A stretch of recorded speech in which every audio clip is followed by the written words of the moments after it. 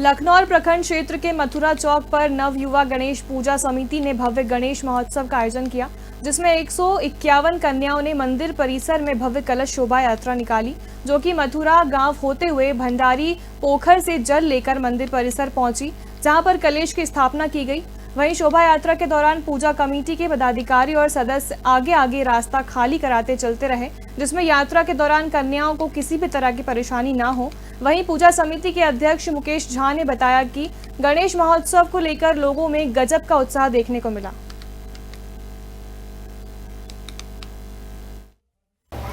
गणेश जी जे छथि हुनका आदि देव के संज्ञा भेटल छनि, जे सर्वविदित है और कहल गेल छै कलौ चंडी महेश्वरौ, और एकटा छै कलौ चंडी विनायकौ, अर्थात कलयुग में जे छै चंडी भगवती शक्ति स्वरूपा जगत जननी जगदम्बा के और गणेश जी के पूजा के छै विशेष महत्व छै।